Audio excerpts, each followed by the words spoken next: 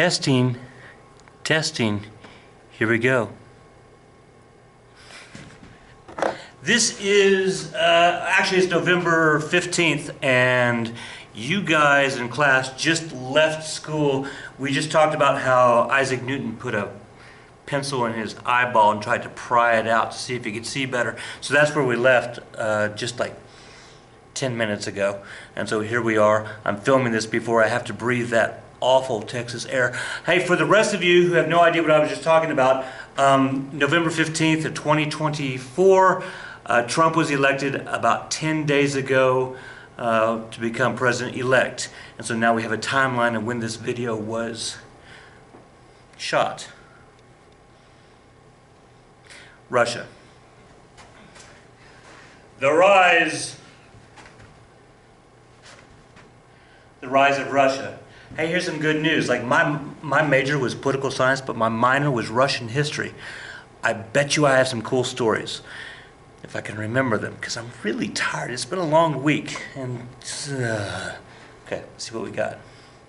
All right, this first part's not as exciting, but we'll get through it. The Hungarian chieftain Rurik establishes Novgorod in 862, and so we've got this guy. He's basically from Sweden, and we have a whole bunch of these tribes that are around Russia. We need to, let's go to the map.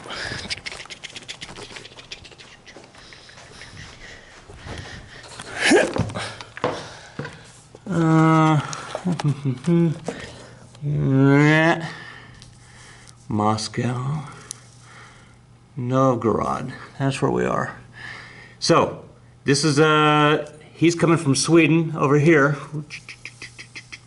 There's a whole bunch of tribes over here that are going to get all not so organized, and he's going to come in to Novgorod, and he's going to kind of organize everything. So that's where we are. So there's Novgorod, there's Moscow, and here in just a little bit, we're going to come down to Kiev. There's in Ukraine.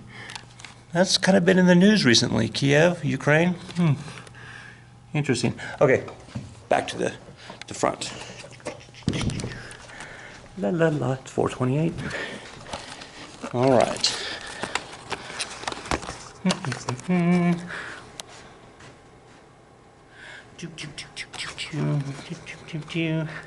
Close enough? I don't know if it's close enough. Can we get to the top part of the thing with the thing? Don't go anywhere.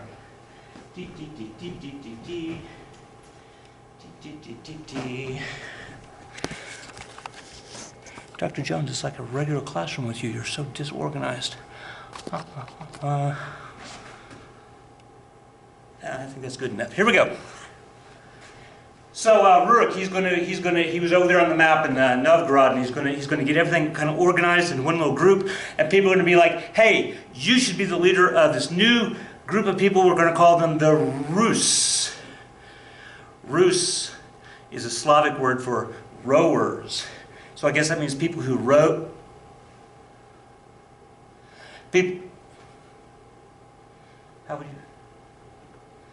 who rowed across from Sweden over the Baltic Sea to this area. So that's how you do it. The people are Rus.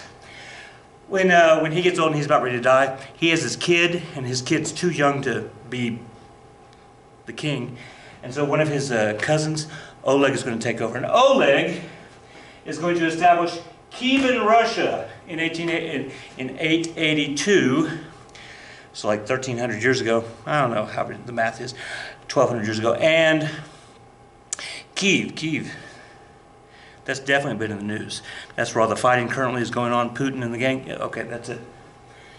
882 and 988, 100 years later. Oh yeah, we've already done this story. Yeah, let's see. Hey, the Russians, they can't be Jewish because Jewish people can't have bacon. Can't be Muslim because no alcohol.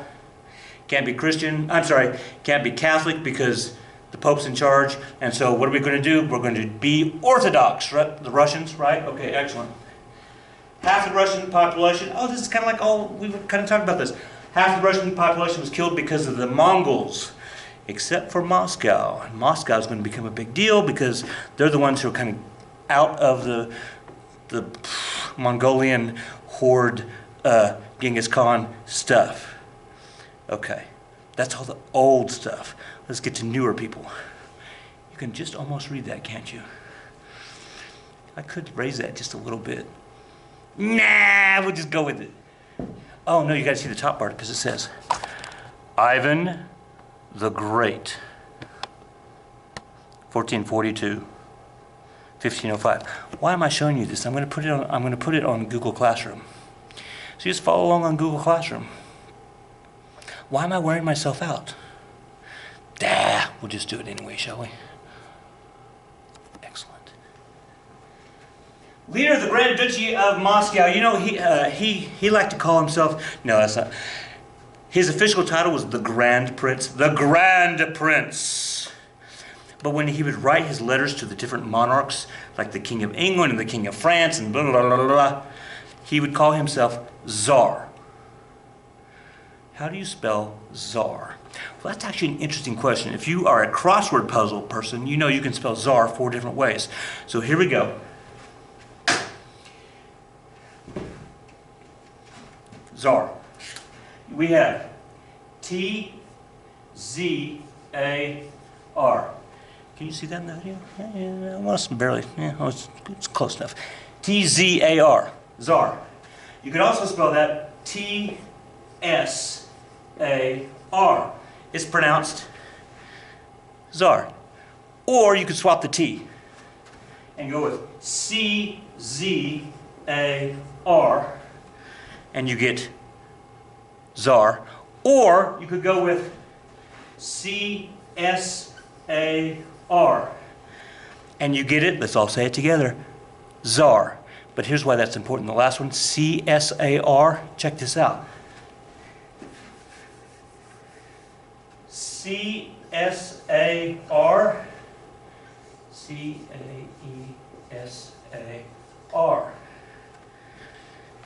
Tsar is just a short word for Caesar. Shh, don't tell anybody. It's like he listened to his world history teacher and came up with a cool title.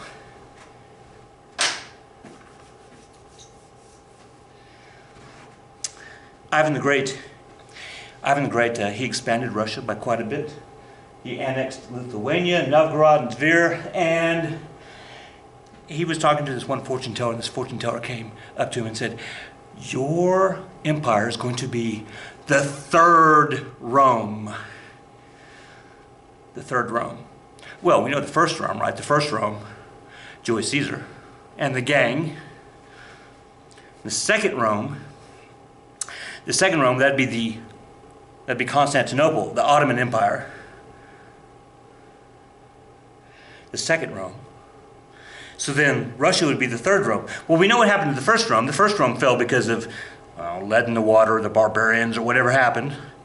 The second Rome, how did that fall? Oh, right, because that guy didn't pay that other guy because of the giant cannon.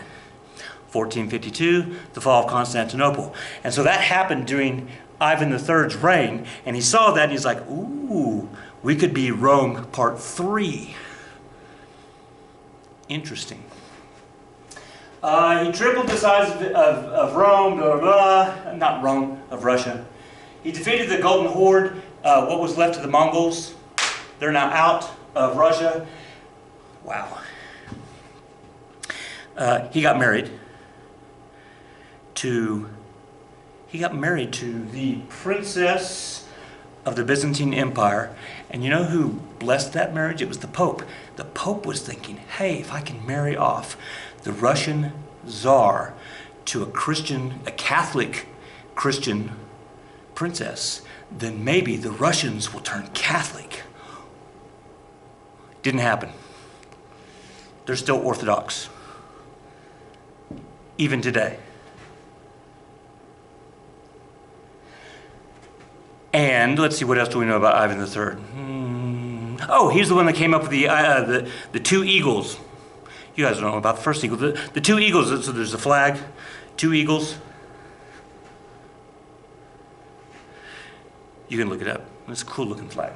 Anything else we want to talk about that? Oh, yeah, because he was anti-Catholic. He was not pushing education very much. And so the Russians, they weren't reading their assigned book.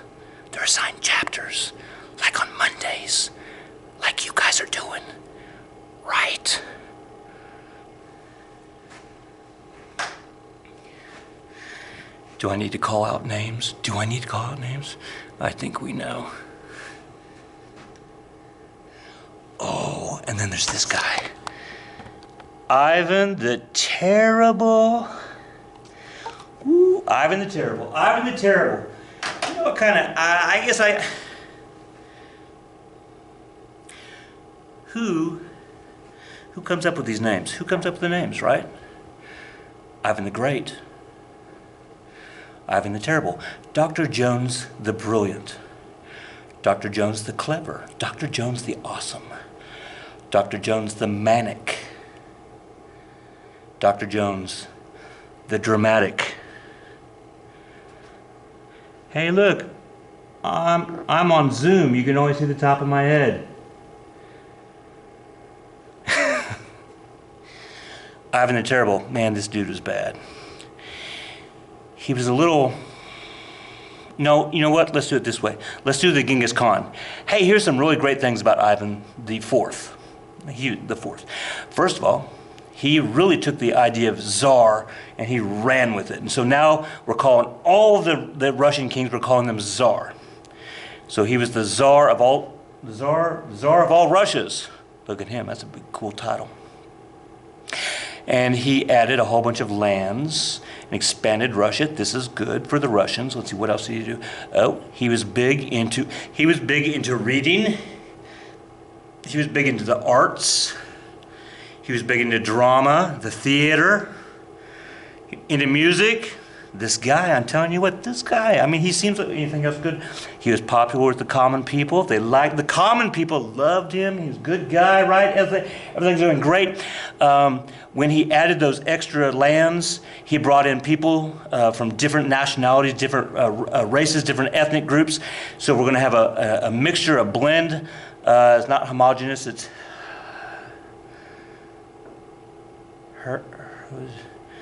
homogeneous is one group. Heterozygous.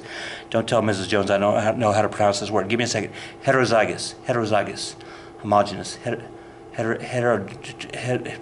Lots of people, different types of people in one group. It's kind of like American melting pot. Good times. And that was the good guy. And here's the flip side, because he's called the Terrible for a reason, right? Because the Terrible. He was a bit mentally unstable.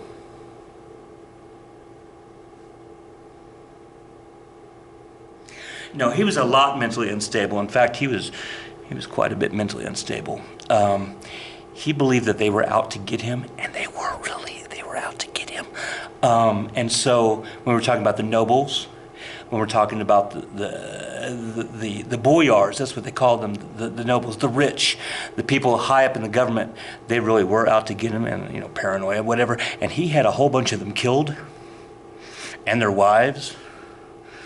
Speaking of wives, he had 6 or 8, depends on which site you look at, different wives, 9 children. 3 of his wives were poisoned because some of the boyars who were like, hey, if we kill off this wife, then maybe he'll marry my sister, and then she'll become queen of... Oh, man. Crazy, crazy Russians. He killed... So one day, his daughter-in-law came into the room with his oldest son, Ivan Ivanovich. And so Ivan Ivanovich's wife was pregnant. She comes into the room, and she's wearing, from Ivan the Terrible's point of view, she's not fully covered up. And he says, I don't need to see all that. And his oldest son says, Dad, you can't talk to my wife like that. And Ivan the Terrible, the Tsar of all of Russia, took a big pointy stick and killed his son. That's the picture right here. Ooh, oh, now I'm picking this up. This might not be good. And there, that's my shadow. What am I doing? You're going to see this on the PowerPoint. Come on now. I got to fix you back up here to make sure. Oh, that's actually. Oh, that's not bad. That's pretty good. Good job. Anyway, this is Ivan, and he's got those weird beady eyes because that's his son that he just whacked right there on the head with the pointy stick and killed his son. Ivan the Terrible. He believed the church was out to get him. By the way, the church might have been out to get him. And he attacked Poland because of that. And it wasn't really good for anybody. He wasn't very successful in capturing Poland. What else do we know about him? Oh, wow. We talk about the secret police, like the famous Russian secret police. This is the guy that started them. They were called the Oprichniki. Let me practice it. The Oprichniki. They were the secret police.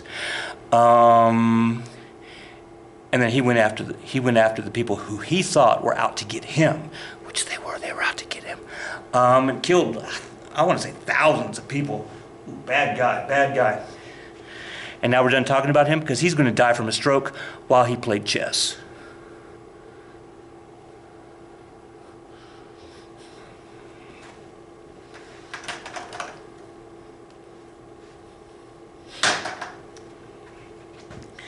Okay, hello? After Ivan the Terrible, there's a whole series of Russian tsars that lasted for not very long. They called it the time of troubles. It's kind of like in, I don't know what I want to say. There's a whole bunch of them. I don't know, like 13, 14. There's a ton of them. You can read all their names back there. It doesn't matter right now. And none of them really lasted very long. There's a guy by the name of Boris. There's a guy by the name of, it doesn't matter. The whole point is they're for about 100 years, ish. There was a whole bunch of people in charge, and nobody was in charge, and they called it the time of troubles. There were people poisoned, there were people stabbed, there were people shot, there were people thrown off buildings, there were people, in Russia, they call that a Thursday. Okay. What's next? Oh, the next guy. Oh, no. Okay. Yeah. La. I'm on this side. Check this out. Ooh, wow. Interesting. Okay. So if you look at the picture. See, the screen for me is backwards, so I can't figure out which way my finger goes. Oh, is that my shadow? Wait, where's my finger? Oh, there's my finger. Wait, wow. So that's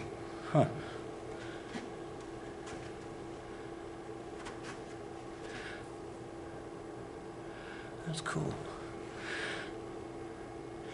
ADHD. Okay, moving on. So that's the shadow of my...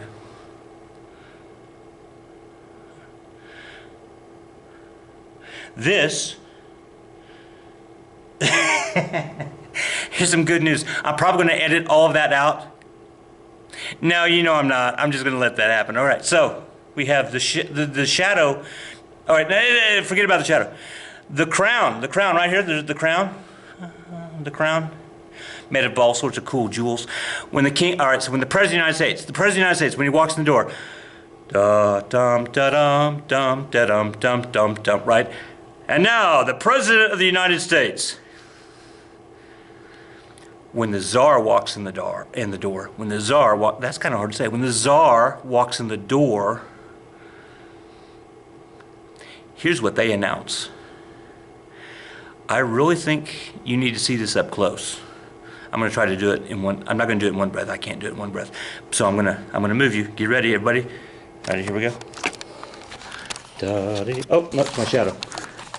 All right. When the Tsar's announced, here's what they say. For the President, here's the President of the United States. Here's what they say for the Tsar.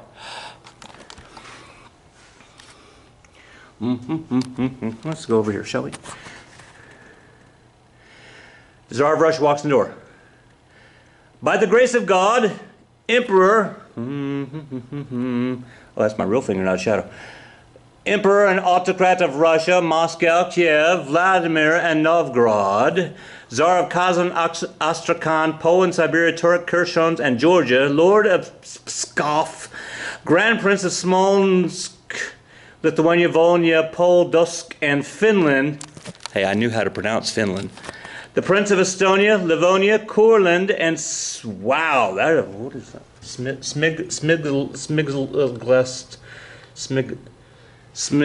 Samogitsk, Belosk, Karelia, Tver, Usk, Perm, Yvatsk, Bogartsk, and others. Where are we? I just lost it. Oh man, I'm stressing. Lord, oh there we go. Lord and Grand Duke of Lower Novgorod. Oh, I should back out just a little bit, just for fun. We're like we're right there. Ruler of Chernigov, Ryazg, Polsk, Rostov, Yaroslav, you know, you could probably like fast forward for like the next 30 seconds. But I'm having fun anyway. Udorsk, Ordorsk, Kondisk, Vitebsk, Mstislav, and the entire North Country. Lord of Iversk, Artar, Linsk, and Kabardinsk lands and the areas of Armenia. Hereditary Lord and Master of the Circassian and Mountain Princes and others. Lord of Turkestan, heir of Norway. Duke of Schleswig-Holstein, Stormarn, Dithmarschen, because it's German, you got to have that. Dithmarschen and Oldenburg, and so forth, and so forth, and so forth. And all we say is, the President of the United States. Cool. All right, we're going back to your chair. Da da da da da. Ah.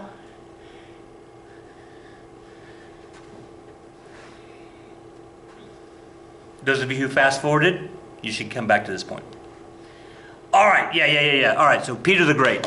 Peter the Great, Dr. Jones the Great. Peter the Great, this guy, first of all, the first thing you're thinking is, he's kind of got a small head, doesn't he? It's kind of an interesting photo. He's got a small head. Not a photo, it's a picture. I think he actually did have a small head. I don't know. I know he's really tall. Who knows? Anyway, Peter the Great. Peter the Great. So he becomes czar through various people are going to die. And he becomes czar. So, okay, we're there. He found out that the Europeans were like way ahead of the Russians. In fact, Peter the Great was like, man, we're backwards. We are backwards, his words, backwards compared to the Europeans. So he wants to start emulating, pretending to be European. And so what does he do? All the Russian Orthodox in their religion at that time, everybody big long beards, and he's like, no, you got to shave your beard off because the Europeans, they don't wear beards, and so we want to be Europeans. So shave off your beard, and of course all the people are like, no. The beard is like religion thing. It's a religion. And so Peter the Great said, I tell you what, you can wear your beard if you want. You can wear your beard, but you got to pay a tax. A tax on beards.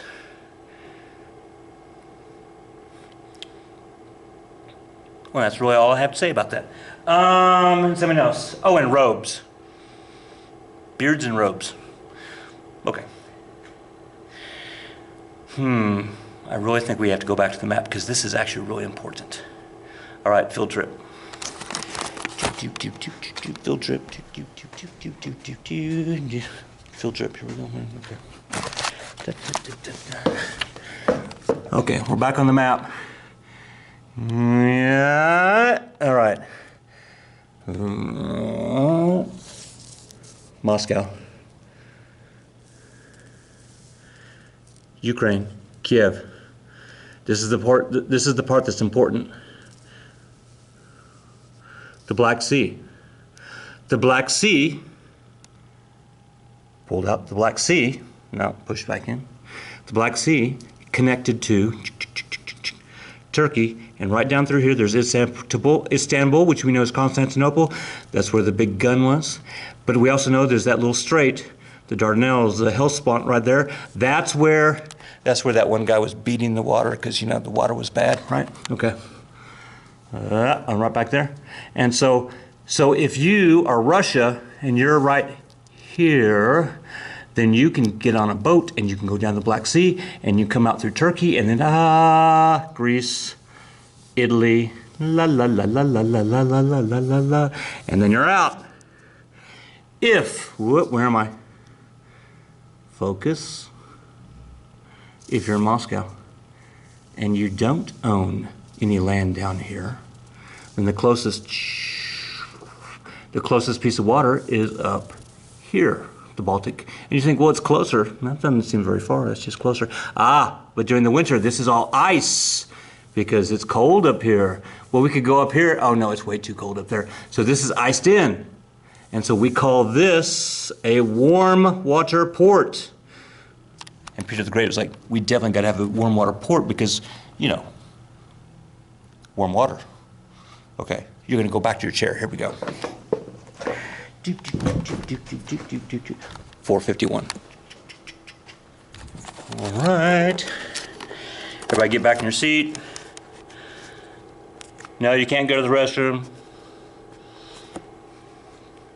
I'm about 3/4 of the way done. 2/3 of the way done.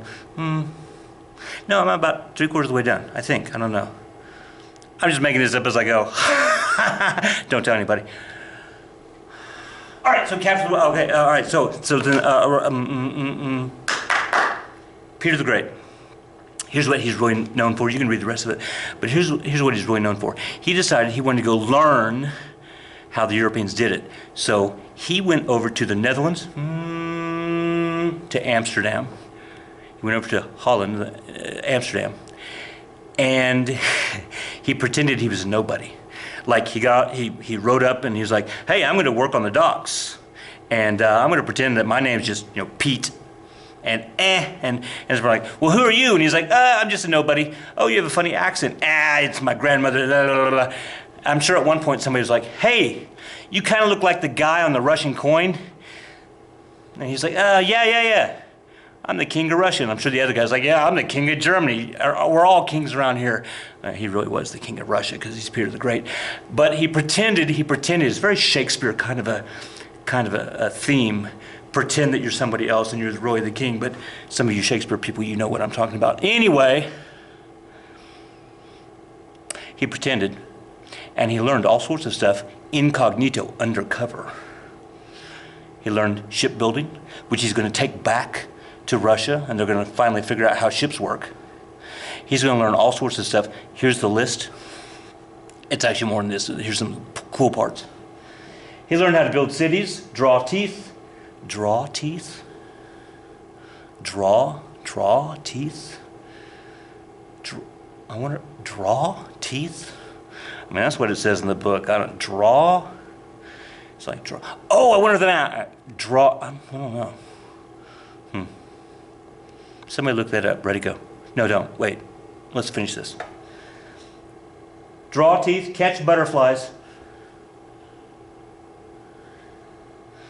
Paint seascapes, use a fire hose, he changed the new year from September to January. Because the Russians, they were so backwards, they thought September was the end of the year. That's how backwards they were. In fact, they were so backwards, their year was 7,207. When everybody else in Europe, the year was 1702. The Russians' year was 7,207. Oh, but that's because the Russians counted their years from the beginning of the world according to what they thought was the Bible and how they calculated it back all the way back to Adam.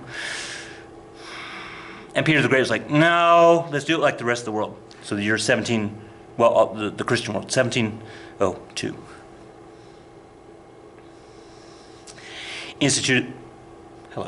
Instituted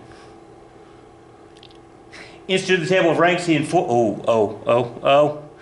enforced compulsory education. That's kind of what do we call that? When you have a double, when you don't need it, it's redundant. There's the word. It's redundant. If you enforce something that's compulsory, because compulsory means it's required, and if you enforce something that's required, then it's already required to be. So we don't need to. Anyway, he enforced compulsory education. He made people go to school. And on Mondays, he made them read their textbook.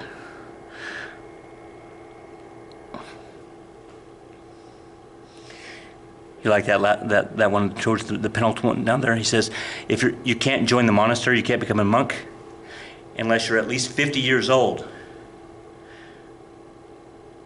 Because I guess he wanted the young people to do young people things. You got to be at least 50. Oh, hey, I could become a monk.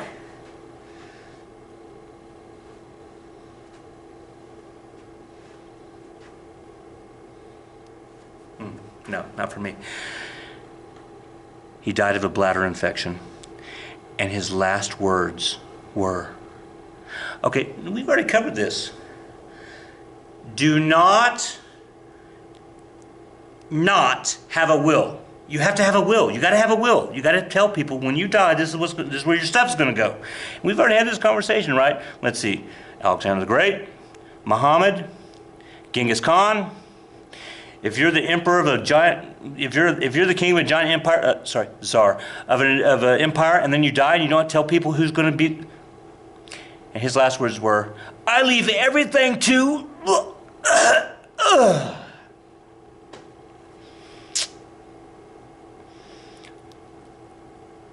If people would just listen to their world history teacher.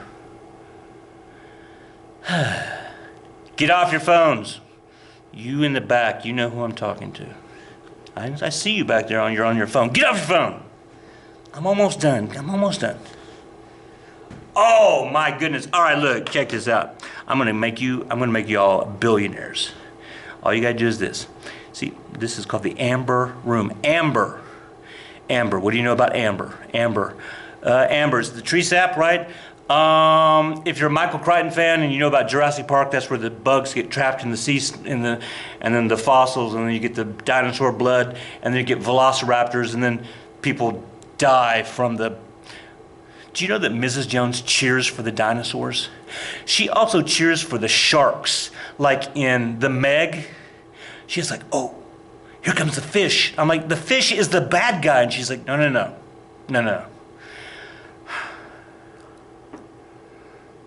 Where was I? Amber, the Amber Room. Back in I'm gonna have to turn around and look at the date. No, I can do this. 1708, 1709, 1712, 1708. Wait. 1701. In 1701, the Prussians. Today we'd say the Germans. The Prussians in 1701, they built this room, the Amber Room, and so you can see the whole thing is made of all the walls made out of amber. It's like 13,000 pounds of amber. That's a lot of amber. I wonder how many bugs were in there. I wonder how many dinosaurs. It doesn't matter. It's about the size of this classroom. I would spin you around, but you guys know how big this classroom is. And it's pretty awesome. I mean, it's pretty awesome. The whole room's made out of amber. That's pretty cool. And then what happened, here's why you're about to make $1 million. Actually, almost probably $1 billion. It was given to Peter the Great. They packed it up. The Prussians, they packed it up and they gave it to Peter. Do I have a date on there? Give me a second. Sometime when Peter was czar, a couple years later, I guess, and they gave it to Peter and they put it in the Catherine room in the palace, and everything's going great and everything's going wonderful, and it lasted there for 300 years, 250 years, and everything's going wonderful and everything's going great, and I've already said that, and reason number 150, because I think because we did 149 last time, something about Jesus' feet.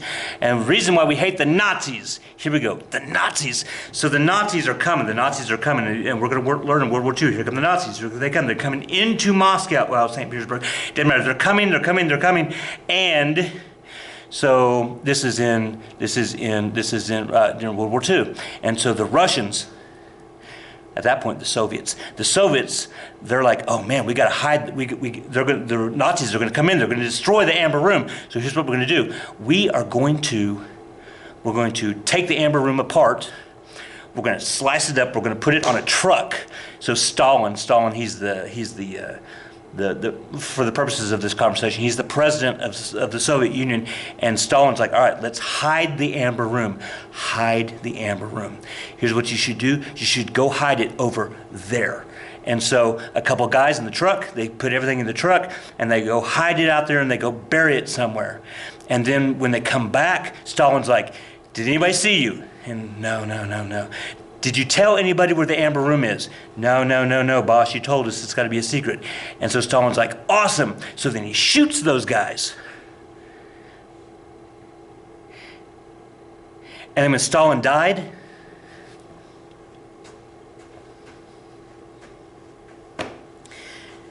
nobody knows where the amber room is. We don't know where it is. It's somewhere. We've been looking for it for the past 80 years. It's somewhere. If you could find that bad boy,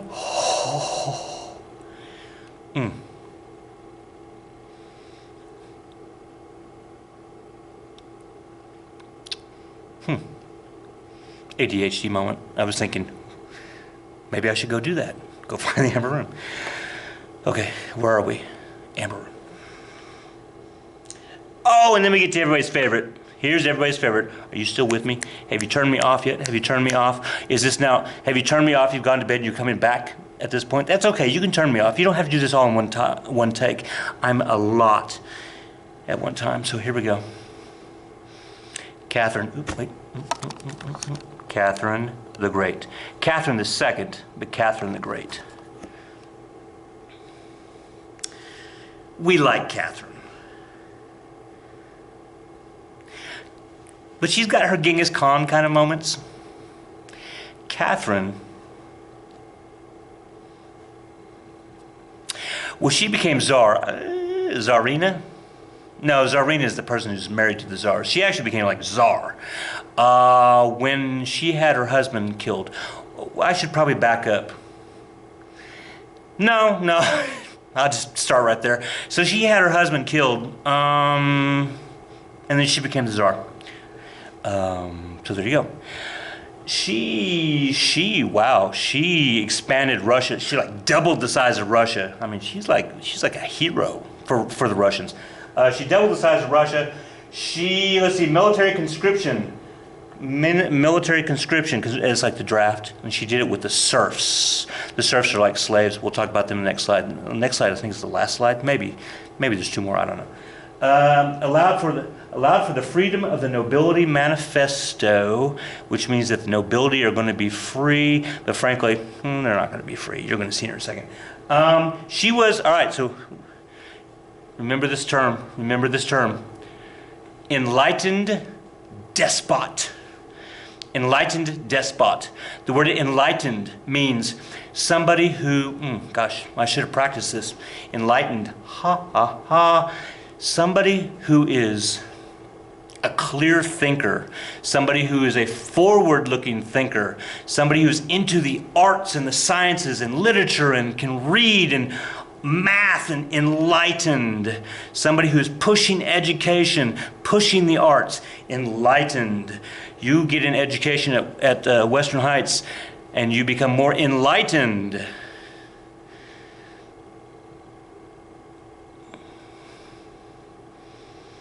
Unless, what's the opposite of enlightened? Endarkened?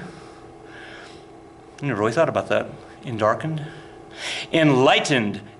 Unenlightened. Wait, de-enlightened. I want to say unenlightened. Yeah, that seems right.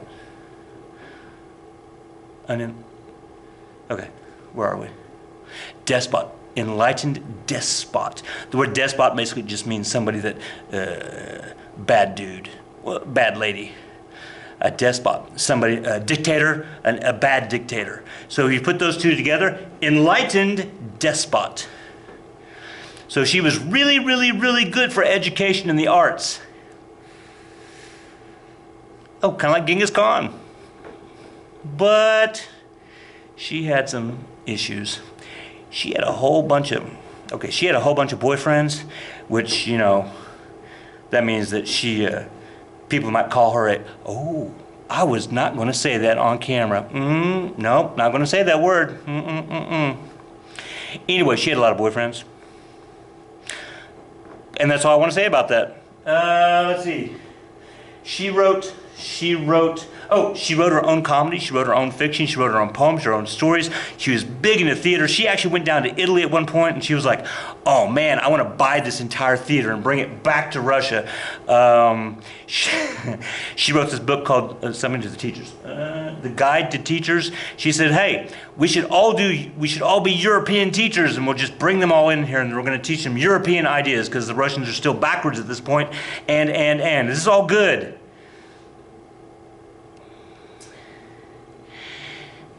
And then we get to the serfs. Oh, before we do that, let's see. When she died, you know, there's actually a lot of different stories about how she died. Feel free to not Google them. The rumors are just awful. A lot of the famous one is that she had the Elvis death. The Elvis death. Do you guys know what I'm talking about? Okay, like somebody who dies of an overdose while they're sitting there on the toilet. Okay, moving on. Oh no, but she probably had a stroke. You know, if you push too hard. Okay, anyway, so she had a stroke and then probably died. Where are we? The serfs. Okay. Yuck. The serfs. Oh no, that is it. Okay, look at that. Wow, it's like it aimed perfectly. Oh. I'm about out of battery. Well, I better talk fast. If this suddenly goes, then I ran out of battery.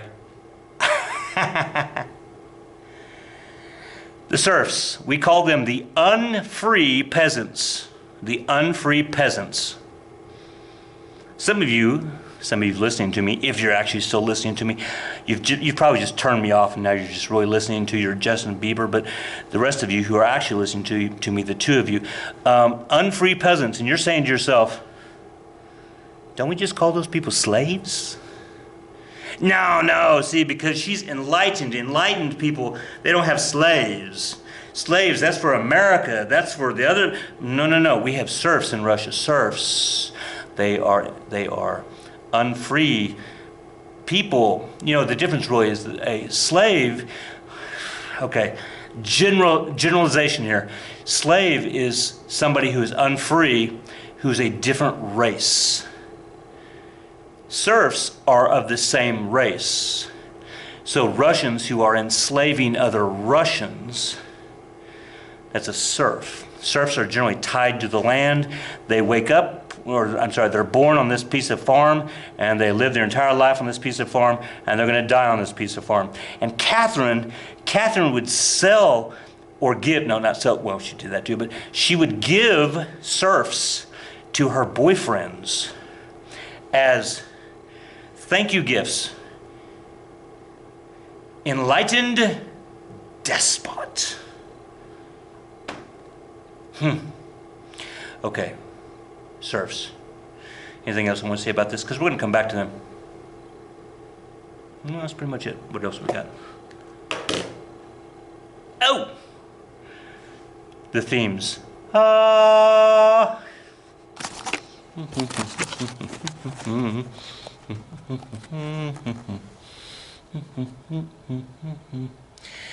Environmental. What?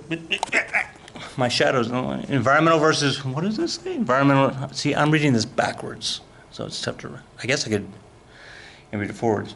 Environment versus human. Here's the answer. Warm water port. Did you write that down? Warm water port. Warm water port. Muy importante, warm water port. Okay, next, ideas. Ideas. Warm water port, that's a good idea itself. And then everything else we talked about. Government. Tsar. Plus, there you go. Tsar. Tsar.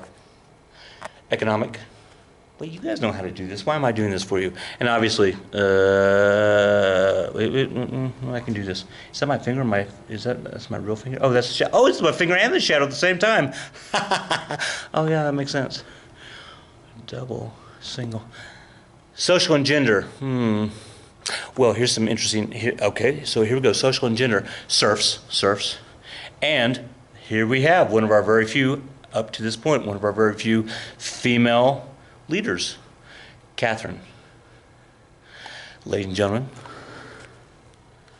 that's the end of this presentation. Next week is, I want to say India. India? Maybe, I don't know. And we'll just turn the page and we'll see what's in the next chapter. Okay, this is the last time I'm going to be talking to you from the good air of Oklahoma. The next time you see me, I'm going to be, in Texas.